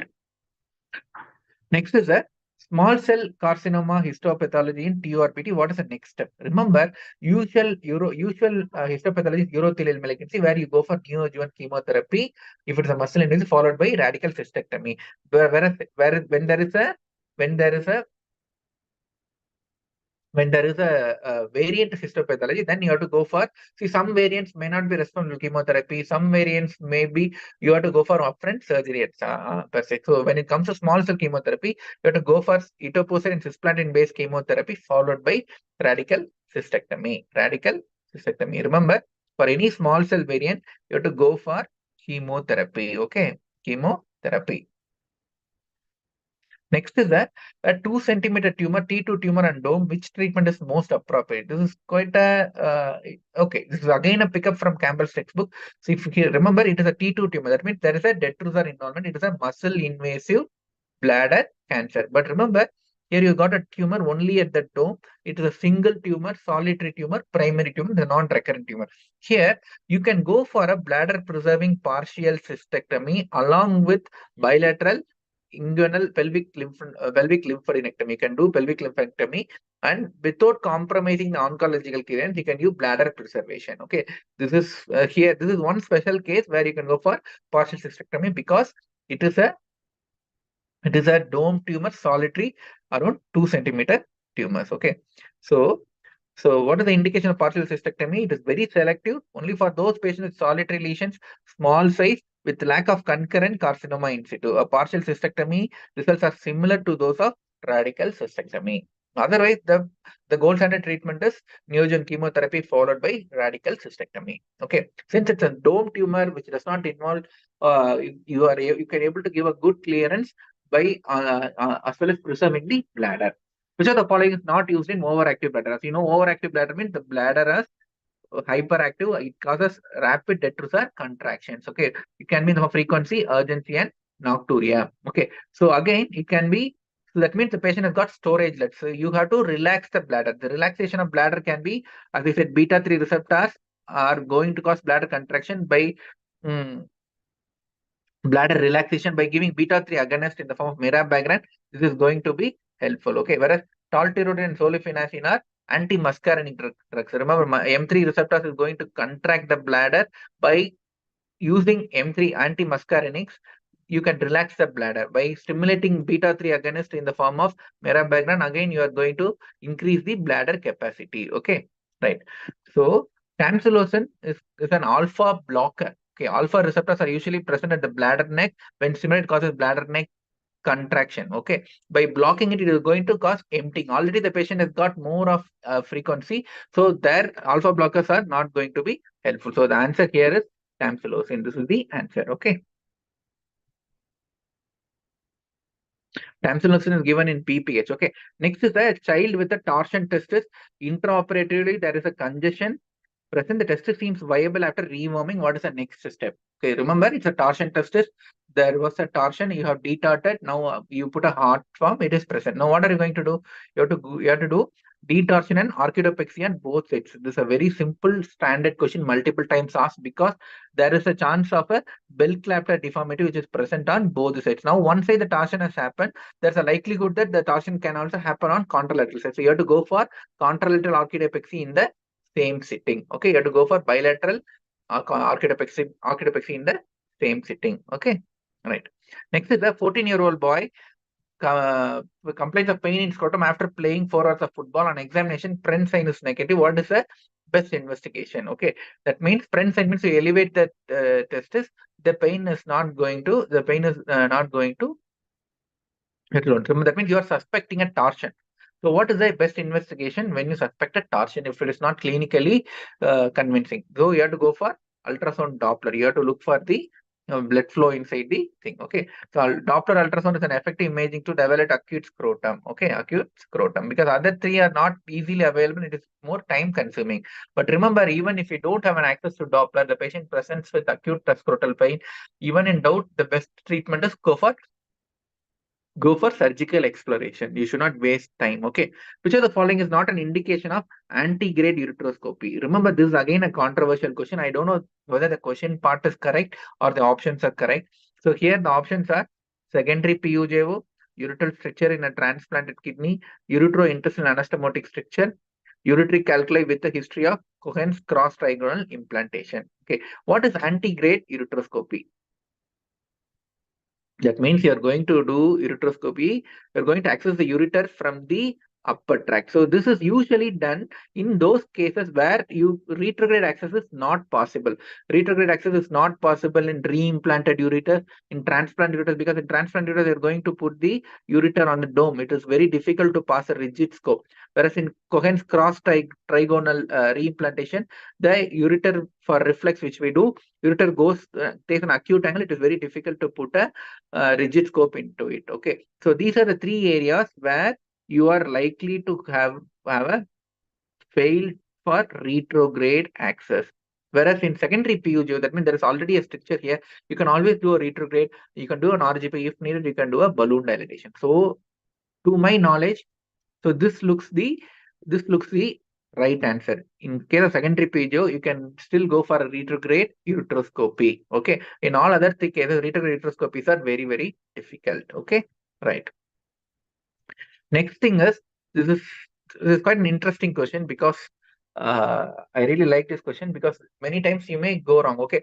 Mirabegron, which of the following is not correct? It's used in underactive tetrasur. Remember, Mirabegron is the drug of choice for overactive bladder. In underactive tetrasur, already the bladder is not contracting. You have to go for bethanechol. That is, though it is not complete recommend that sometimes bethanechol, it is a cholinergic drug which is going to cause bladder contractions. Dry mouth. Remember, dry mouth is typically seen in anticholinergic drugs, but still Mirabegron also has a dry mouth as a side effect, and it's a beta-3 antagonist. So the answer here is it is not used in attractive disease. That is a wrong option here. Okay. So okay. But remember, as one of the side effects, it can also cause constipation, dry mouth, similar to your anticholinergic drugs. Okay. And it also can cause hypertension. It also can cause hypertension. It also causes increase in pulse rate. Okay. Since it is a sympatho, it causes beta-2, beta-3 agonist. It also has some effect on beta receptors. It can increase the pulse rate. It can also cause hypertension. These are the common side effects of your Mirabegron. Okay. Emphysematous pyelonephritis for an old lady with a history of right side nephrectomy, now present with fever, chills, increased total counts, and CT shows gas around the left kidney. Okay, that means, so there is a gas forming infection of a kidney. But remember, the patient has already taken, other kidney is being taken away. It's a solitary kidney. A solitary kidney in emphysematous pyelonephritis takes a higher class. It comes under class 4. That means it is a severe form of inflammation, a severe form of so this classification is called Huang et al. Okay, Huang et al. Classification for emphysematous pyelonephritis. It can be a type 1 where there is only inside the collecting system. Type 2 means the gas within the parenchyma. Type 3 means gas has gone beyond the parenchyma. It can be type 3A into the perinephric space, or it can be into the pararenal space. Whereas the type 4 means bilateral E-pain or E-pain in a solitary kidney. Okay, so more the grade, more severe the infection is. Okay, Next thing is regarding an ideal puncture and PCNL procedure, find the wrong statement. Okay, remember this is the kidney. Okay, so for example, there's a stone here. The ideal thing is you have to go for a subcostal puncture, enter through the papillae, because through the papillae you are likely to have small interlobar vessels. If you go through the infundibulum, that means you are going to have a you're going to go through the bigger interlobar arteries, which is going to bleed. And preferably it has to be a short and straight course. Subcostal approach is preferred. Usually stone guided punctures are not advisable because stone, for example, here there's be a stone in the renal pelvis. If you target the stone, you are likely to go through the bigger vessels or direct pelvic puncture, which is not advisable. So stone guided punctures are not advisable. So this is the right answer. This is the wrong statement. Okay. This topic also I have covered in depth in the latest basics of urology lectures and DocTutorials, which will also be uploaded soon. Okay, which are the following is not a part of IMDC criteria. So again, they have covered testicular tumor, covered prostate cancer, covered the upper tract urothelial cancers, covered bladder tumors, covered testicular malignancies. Now they've covered the renal tumors also. Okay, what is IM? This is one of the criteria for metastatic renal cell RCCs. Remember, size is not a criteria. All others, Karnaphis score, anemia, thrombocytosis comes under IMDC criteria. Okay, what are IMDC criteria? It is Karnaphis performance score less than 80, neutrophilia, low hemoglobin, elevated corrected calcium levels are more than the higher levels, and thrombocytosis, or the start of VEGF therapy is less than 1 year. There are 6 factors. Okay. If it's a good risk factor, the patient is stable, you can go for cytoreductive nephrectomy. If it's an intermittent risk factor, you can go for tyrosine kinase inhibitors. If it's a poor risk factor, you have to go for your either your programmed pembrolizumab or nivolumab, or you have to go for your everolimus. Okay, that is mTOR inhibitors. Okay, these are the options you have here. Okay, next is which of the following the best investigation for genitourinary tuberculosis? So that means you are suspecting a TB infection. The best thing which can likely to happen is a culture positive for mycobacterium. But the problem is it is time consuming. Usually takes about 2 to 6 weeks, and sometimes culture may be negative in fastidious organism. So the more practically you go for gene expert, but remember the sensitive gene expert is very less. So this is the best investigation for genitourinary tuberculosis. Okay, so I'm concluding the session. I think this is a very standard paper. You are likely to get questions. Remember, don't get carried away by some of the very off topics, because those are not going to impact your results. You have to be very strong in your uro-oncology, your infections, and basics of urology chapters. So again, I'll tell you, you just go through all our lectures and DocTutorials, and you keep revising. You have to do the lectures at least 3 times simultaneously. Work out the MCQ parts. That is going to be more than sufficient for you to clear the exams. And new lectures are also being added. And since there's already there's a lecture on fracture urethra, I am going to record one more complete detailed lecture on stricture urethra, which is going to clarify most of your doubts and questions in stricture urethra as well, because Campbell is not complete when it comes to stricture urethra. Okay, so I think most of you have my number. You can take my number. You can WhatsApp me if you have any doubt in preparation. Remember, this NEET SS is not going to happen. So the next option is INI SS. Again, many times I tell my students, most of the times the students are not preparing for INI SS. But remember, now the competition is very less in INI SS, and the papers are very stable and standard. Just 3 months of preparation is going to be sufficient for you to get through this. Okay. And remember, when you get into INI SS institutes, you are going to be at a different level, and you have to believe in yourself. Don't think it is not something. It's only guys who have been doing an AIMS or PG are going to get it. It is not like that. If you go through our interviews with the last year rankers and last 3 years, there are students who have never entered AIMS or PGI in their UG or PG. They have directly gone into MCH Urology in AIMS or PGI or JIPMER. So it is not something which is not beyond approach. All you have to do is you have to do a focused preparation. And also I'll tell you, don't forget your general surgery. 20% of questions are going to come from basic general surgery as well. So do the questions, do the past revision papers I have done. The doctor will have a complete plethora of all the urological materials, all the past 5-6 sessions of INI SS has been discussed in detail by me. There is also a topic on instruments. So keep revising and believe in yourself and keep reading for the exams. Okay. All the very best. So with this, I'm concluding this session. If you have any doubts, you can always uh, message me, or there is always a WhatsApp group where we can always communicate with it. Okay. So thank you so much.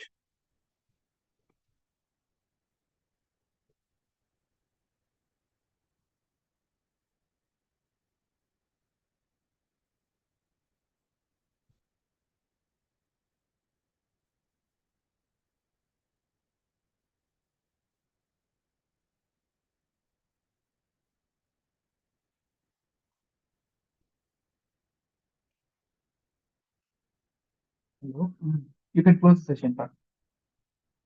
You can close the session. Any problem with the audio operate? All okay, no? Right. Okay.